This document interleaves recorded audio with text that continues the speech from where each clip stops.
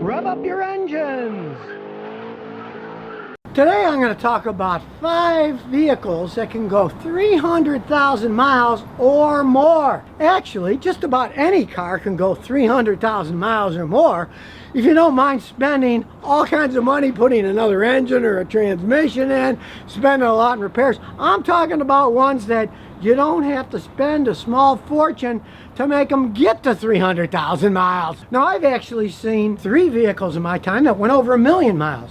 One was an old Volvo P1800 sports car, one was a Ford F-150 pickup, and the other one was a Toyota Camry that went over 1,000,000 miles. And to understand how this happened, sure, they had to be well-built vehicles, but in all 3 of those cases, those were vehicles that were driven mainly on the highway at highway speeds. Because realize, if you're going 65 miles an hour, all that wind is cooling the engine, the oil's lubricating correctly, you're not getting any kind of buildup in the engine because it's burning fast and getting rid of some of the impurities. So highway mileage is actually equivalent to about 10% of city stop and go driving. The absolute worst thing you can do for a car is to continuously shut it off and then later starting it back up, because most of the wear on your engine occurs during startup. When the top of the engine doesn't have the oil on it, the bottom does, and it's got to pump the pressure to the top. So you're going on the highway for 10 hours at 65 miles an hour, hardly getting any wear at all. Taxi cabs in New York City that went more than 1,000,000 miles, and you'd think, how can that be? Stop and go, stop and go. But from what I've read of those, they did not have the original engines and transmissions. They had a lot of repairs done. So it's not like it was somebody just bought a car and drove it 1,000,000 miles in New York City stopping and going.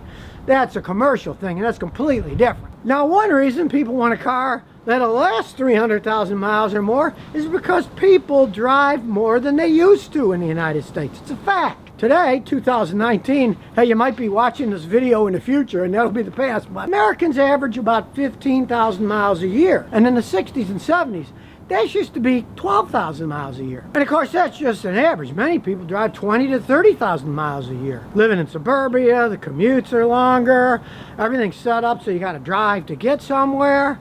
So people are driving more and more. In 10 years, so an average person will drive like 150,000 miles. Well, that's almost double what people were driving in the 60s and 70s. Cars eventually going to start to wear out, and you got to decide, hey, when is it so worn out that it's going to cost me more money to repair it than it's worth doing? Well, that's why I'm showing you 5 cars that can last 300,000 miles or more. And I'm talking about lasting that without having to engine replacement or transmission replacement. When it gets to that level, you got a car, say it's got 150,000, you find out you got to throw 7 grand in an engine. Most people will say, I'll go get something else and I won't fix it. Now, the first car that I'm going to pick that can go 300,000 miles or more is the venerable Toyota Corolla. There are millions and millions of them out there. Heck, my 94 Celica is basically a Toyota Corolla, and behind that, the 2007 Matrix, that's basically a Toyota Corolla too. I've had many of my own personal customers over the last 50 years get more than 300,000 miles on Toyota Corollas with the original engine and the original transmission. And it wasn't like the rest of the cars falling apart either. They're well made, and since there's millions of them out there, they're also much cheaper to repair. There's an insane aftermarket of decent parts that you can put on ones that are even 20, 30 years old these days. I even had a customer a few years ago. He bought a used Corolla from a friend of his for 500 bucks. And it had 200,000 miles on it. Shh. It was still going over 300,000 miles, and he's still driving the thing. What a deal. Paid 500 bucks for a car, drove it another 100,000 miles, and didn't have to do the engine or the transmission over. Realize that when you go small, like a Toyota Corolla, there's less weight to pull itself, less weight to wear out the tires and the struts and everything else. A lot of times going a bit smaller is a good thing if you want long life in a vehicle. Now, the next vehicle that can go 300,000 miles or more is a Honda Civic. The Civic is basically Honda's competition to the Corolla. Unlike the Corolla, there's millions of them out there. And since they're generally a little bit zippier than the Corollas. A lot of kids like the Civics. They soup them up. They're strong engines. Honda's notorious for strong engines. I've had customers with Civics with well over 300,000 miles on them. School teacher, and that's what she drives. And I've got teenage kids that have souped up ones. Of course, they might not last 300,000 miles. They're either going to get wrapped around a telephone pole or they're going to blow the engines up by over-revving them. But if you take care of a Civic, it can last a really long time. Now, the next vehicle that can last 300,000 miles or more is the grandpa's car, the old Crown Victoria. Yeah, they don't make them anymore, but they're simple old school technology. Pushrod V8s, body on an actual frame.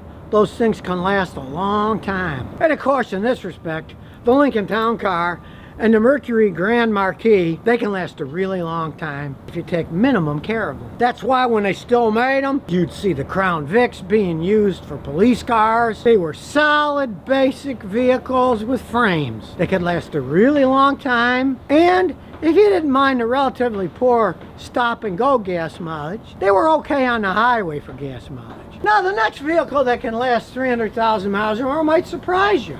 The Mazda Miata. A little bitty Mazda sports car. I remember years before the Miatas were even built, a lot of people would say, Scotty, why doesn't somebody figure out how to get a British sports car and put a Japanese engine in it?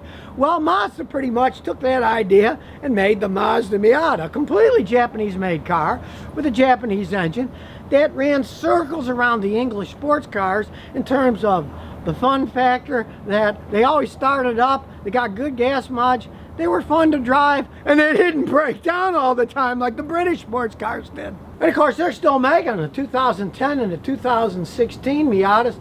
Hey, they got one of the highest satisfaction ratings for the owners who bought them and drove them around. They're fun little cars. That said, if you want to get one, certainly get the standard transmissions, because the automatic transmission ones, especially the older ones, could barely get out of their own way, and those automatic transmissions would break down as they got older, where the standard transmissions, hey, they can just keep going and going and going. They're so much simpler. Hey, if you're into buying a used sports car, that'd be the one I tell you to buy, because I've had customers buy one that had 150,000 miles, paid $1,000, $1,200 for them, and drove them for years and were pretty happy with it. And rarely would I tell somebody to buy a used sports car, but the Miata, probably the best pick of a used sports car if you're thinking about long life. Now, the last vehicle that you can buy, which you can get 300,000 miles or more, as far as I'm concerned, is the Ford F-150 pickup line. Post-World War II, Ford really has run the pickups, the F-150 series, the top of the line for serious pickup truck drivers. Of course, they got a whole range of options in them, but really,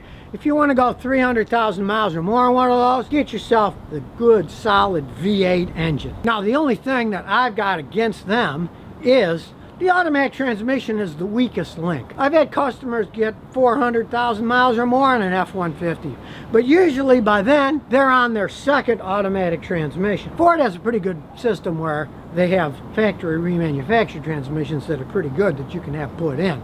So if you've got one that's got 250,000 miles and the tranny goes out, my advice is put in one of the Ford remanufactured automatic transmissions and go on your merry way for years and years. Now, normally when I have a customer with real high mileage, the transmission goes out, I say, just get rid of it, it's not worth it. But on those F-150s, hey, the engine and body's still in good shape.